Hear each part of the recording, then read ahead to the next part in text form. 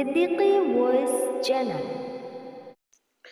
بسم اللہ الرحمن الرحیم الحمد للہ رب العالمین نحمده ونستعینه ونستغفره ونعوذ باللہ من شرور انفسنا ومن سیئات اعمالنا والصلاة والسلام علی سید الانبیاء والمرسلین محمد وعلی آلہ اصحابہ اجمعین اما بعد۔ معزز سامعین کرام، السلام علیکم ورحمۃ اللہ وبرکاتہ۔ آج میں آپ کے سامنے کسی کو نصیحت کرنے نہیں آئی، آج میں آپ سب کے سامنے خود اپنے دل سے بات کرنے آئی ہوں۔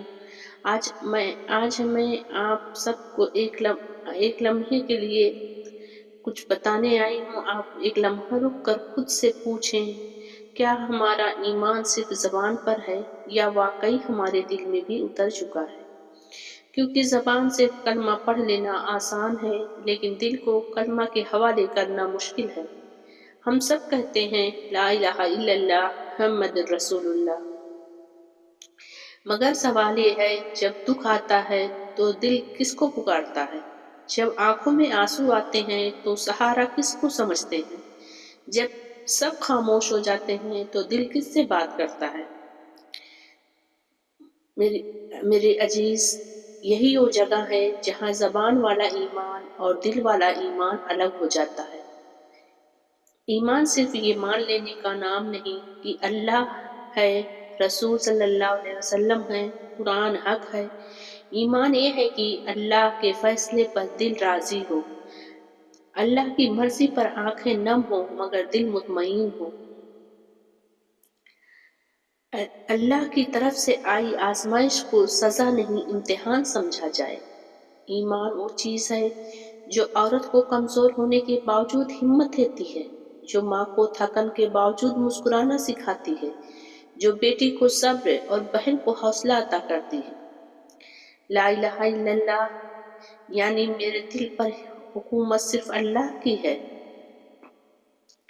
لا الہ الا اللہ محمد الرسول اللہ ایک کلمہ اتنا وزن ہے، اس کو دل سے اگر پڑھا جائے تو انشاءاللہ ہماری کامیابی کا ذریعہ ہے۔ میرے خوف پر صرف اللہ کا اختیار ہے، میری امید کا مرکز صرف اللہ ہے۔ یہ کلمہ ہمیں سکھاتا ہے کہ لوگ بدل سکتے ہیں، حالات بدل سکتے ہیں، لیکن اللہ کبھی نہیں بدل سکتا۔ محمد رسول اللہ صلی اللہ علیہ وسلم کی سنتوں پر عمل کرو اور مصیبت میں صبر نہ بھولو۔ خوشی میں بھی اللہ کو یاد کرو، غم میں بھی اللہ کو یاد کرو۔ میرے عزیز، کلمہ صرف نماز کا حصہ نہیں، کلمہ زندگی کا راستہ ہے۔ اللہ نے عورت کو دل والا بنایا ہے، ہم لفظوں سے زیادہ احساسات میں جیتے ہیں۔ ہم دکھ کو زبان پر نہیں لاتے، ہم درد کو آنسوؤں میں بہا دیتے ہیں، ہم خاموش رہ کر صبر کر لیتے ہیں۔ اللہ تعالیٰ فرماتے ہیں میں دلوں کا حال جانتا ہوں۔ وہ ماں جو سجدے میں صرف رو رہی ہوتی ہے اور کچھ نہیں کہہ پاتی، اللہ اس رونے کو بھی دعا بنا دیتا ہے۔ یہی دل والا ایمان ہے۔ زبان کا ایمان اور دل کا ایمان۔ زبان کہتی ہے اللہ مالک ہے، دل پریشان رہتا ہے۔ دل کا اطمینان، آنکھ رو لیتی ہے مگر دل اللہ کے فیصلے پر مطمئن رہتا ہے۔ میری عزیز، اللہ ہم سے الفاظ کی خوبصورتی نہیں مانگتا، اللہ ہم سے دل کی سچائی مانگتا ہے۔ جب ایمان دل میں اتر جاتا ہے تو آزمائش میں شکوہ کم ہو جاتا ہے، دعا میں آنسو زیادہ ہو جاتے ہیں، گناہ کے بعد دل تڑپ جاتا ہے، تنہائی میں اللہ یاد آ جاتا ہے۔ یہ سب اس بات کے علامت ہیں کہ ایمان صرف زبان تک محدود نہیں رہا۔ ایمان کمزور کیسے پڑتا ہے؟ میری عزیز، جب نماز جلدی میں پڑھی جائے، جب قرآن صرف الماری میں رہ جائے، جب دعا صرف مشکل میں یاد آئے، جب دنیا دل میں گھر کر لے، یعنی ہم دنیا کی محبت میں مشغول جب ہو جائیں تو ایمان کمزور محسوس ہونے لگتا ہے۔ لیکن یاد رکھیں مر نہیں جاتا، بس سو جاتا ہے، اور آنسو، دعا، ذکر ایسے اسے پھر جگا دیتے ہیں۔ ایمان کو دل میں اتارنے کے طریقے بھی ہوتے ہیں۔ اکیلے میں اللہ سے باتیں کرنا، یعنی نفل نمازیں پڑھ کر اللہ سے دعا کرنا، سجدے کو لمبا کر دینا، کلمہ کو آہستہ سمجھ کر پڑھنا، دکھ اللہ کے سامنے رکھ دینا۔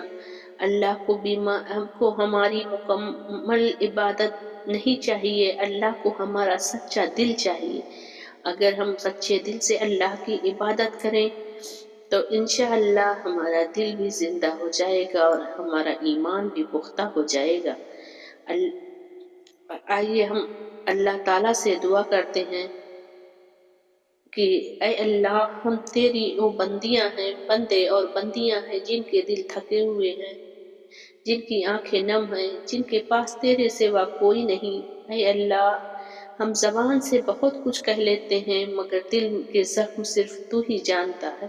اے اللہ، ہمارے ایمان کو زبان سے اٹھا کر دل میں اتار دے۔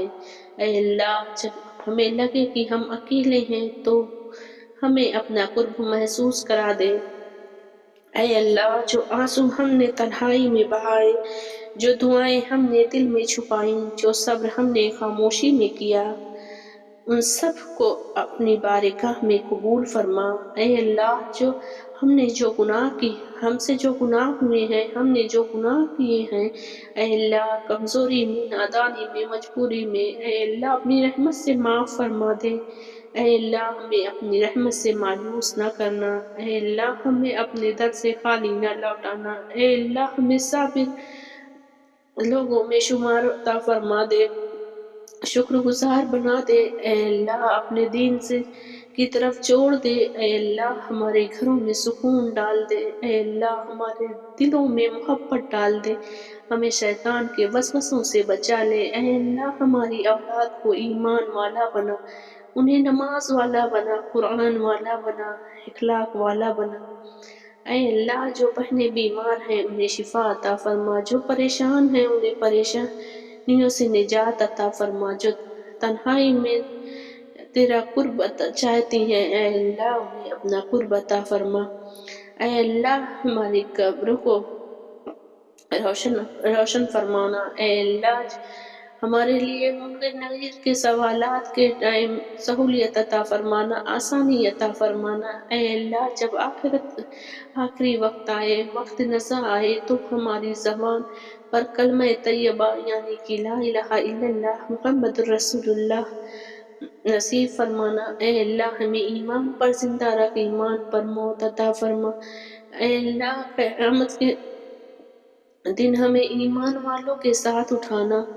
اے اللہ، اپنی رحمت سے ہماری دعاؤں کو قبول فرمانا۔ اے اللہ، جو بے اولاد ہیں انہیں اولاد عطا فرما، جو بیمار ہیں انہیں بیماریوں سے شفا عطا فرما۔ اے اللہ، جو قرضدار ہیں ان کی قرض کی ادائیگی عطا فرما۔ اے اللہ، جو بے اولاد ہیں انہیں اولاد عطا فرما، جو پریشان حال ہیں اے اللہ ان کی پریشانی دور فرما۔ اے اللہ، کینہ سے بچا لے، اے اللہ تکبر سے بچا لے، اے اللہ ہمارے دلوں میں کبھی حسد نہ آئے، اے اللہ گھمنڈ نہ آئے، اے اللہ ان سب چیزوں سے بچا لے جو تجھے پسند نہیں ہے۔ اے اللہ، ہماری دعاؤں کو قبول فرما لے، اے اللہ ہماری دعاؤں کو قبول فرما لے، اے اللہ ہماری دعاؤں کو قبول فرما لے۔ ربنا تقبل منا انک انت السمیع العلیم وتب علینا انک انت التواب الرحیم۔